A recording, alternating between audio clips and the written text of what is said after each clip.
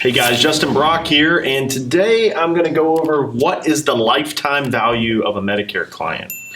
First, to go over that, I need to break down what some of these acronyms that you commonly see are. And if you haven't heard of these, then you really need to watch this because there's a ton of value in understanding the metrics that make your business profitable. It's easy for me to say add renewals, and renewals are great. Yes, but it depends on how much you spend to acquire them, plus how long can you keep them on the books. Because if you don't keep them on the books long enough, you might actually be losing money or not making enough to make this all worth it. So stay tuned and please subscribe to this YouTube channel below and like the video. It helps so much. And please comment if this information is helpful to you. That will be huge for us into getting in front of more people. And that's what we need to do. So thank you so much for watching. All right, so getting back into it, what is the lifetime value of a Medicare client? So like I was saying before, renewal income is something that people getting into Medicare are going after. It's not a get-rich-quick scheme. Nobody can sign up a Medicare prospect and then go retire at the beach. You can't sign up in 10 and go retire at the beach. You can't sign up 100 and go retire at the beach. It is a compounding renewal income play. And if you've ever watched, I think I was watching Walker, Texas Ranger years ago, and Chuck Norris was giving a class to these convicts, and he asked them the old penny double every day for 30 days versus $50,000 now question, and all of them were choosing the $50,000 now. So the $50,000 now choice is for final expense agents. But if you do the math on doubling a penny every day for 30 days, it's like, I don't know, it's something crazy. I don't know the number, I didn't look it up before, but it's millions and millions of dollars. So if you understand the compounding renewal income game, you can make a lot more money by playing that game. Now, to understand if renewal income can make you money, you have to understand the lifetime value of your client. So if you acquire a client, how much do you make over that lifetime of that client? That's going to depend on a few things. How long are you keeping that client on the books? How long is that client going to be with you? How much do you make off of that client? What is your commission level? All those types of things. Next, what a lot of people think they have to consider is their cost per lead. So I see a lot of people online that'll say, I got $1 lead, I got $2 leads, I got $3 leads on Facebook, or I have $15 leads, $20, whatever they are. It's kind of irrelevant because the portion they're not talking about is what is the closing percentage and how much time am I wasting spending on those leads. The metric that's important is the cost per acquisition. How much does it cost me to acquire a client? Okay, so ideally you have to have a lifetime value, an average lifetime value of a client that is greater than the cost to acquire a client, and that's where your profit comes in.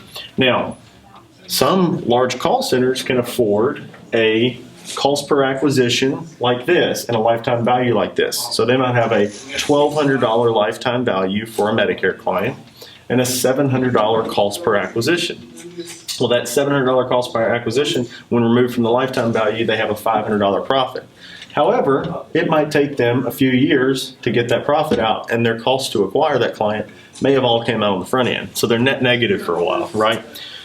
Fortunately, there are ways to increase your lifetime value of the client right here. So think about if you have a $2,400, you have double the lifetime value, still costing you the same to acquire a client, maybe even less depending on some of the strategies you have and how at scale you do this. But you have a $1,700 profit margin here, right? You can probably stomach losing money longer when you have that much profit difference, or you can reduce your CPA.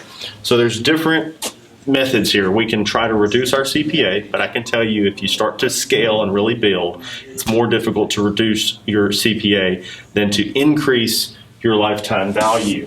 So what most of these big groups are not doing is they're focusing so much on acquisition that they're not focusing on client retention. So ways to increase your lifetime value, number one, and the only thing, and I'll break it down further, is retain your clients.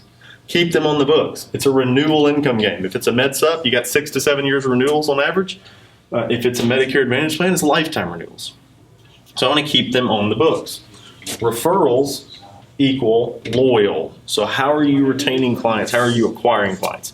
If you're only marketing for acquisition, which I talk about down here, marketing equals retention, not just acquisition. If I'm marketing for acquisition, acquire, and all I'm doing is driving applications to get marketing dollars from carriers that eventually they're going to be like, this isn't really keeping us long-term clients, and they're probably going to reduce, then I am creating a business that's not built on real profit, a real true market, as my friend Dante Cantu called it last night. If we want a real true market, we want to be able to provide a service that yields us a profit, yields the carrier a profit, and is the best for the client. So when you're marketing, market for retention. Throw out things out there, newsletters, whatever it is. Call your clients. Service equals active, I put here. So service equals actively servicing your clients, actively calling them and making sure they're okay. Make sure that if they have a problem or they're going to change their plan, they're going to do it with you. You need to increase the lifetime value of your client. Referrals. Encourage referrals. When someone is referred to an agent, they're a lot more loyal to that agent. When they're not referred and they're just got off of some random mailer or some random Facebook ad or something like that, and they sign up, it's extremely transactional. Extremely transactional. When you can market, service, and sell in a way that is not transactional, you will increase your lifetime value and you'll build a business worth building in this medium. Because renewal income is not a get-rich-quick scheme. You have to keep these clients on the books or it's not worth it. Go back to final expense and just make your money in the first year. Thanks so much for watching this, guys. I hope that you've subscribed to the YouTube channel. We're going to put out more content for you very soon. Did you subscribe to the YouTube channel? Did you like the video? Please turn your notifications on and head over here to our next video. And if you haven't joined our Facebook group, check out Medicare Gurus. It's over 7,000 members strong currently, and there's tons and tons, a wealth of information and knowledge from experienced agents as well as new agents that you can find and help shepherd. So thank you guys so much for watching. Check this video out right here.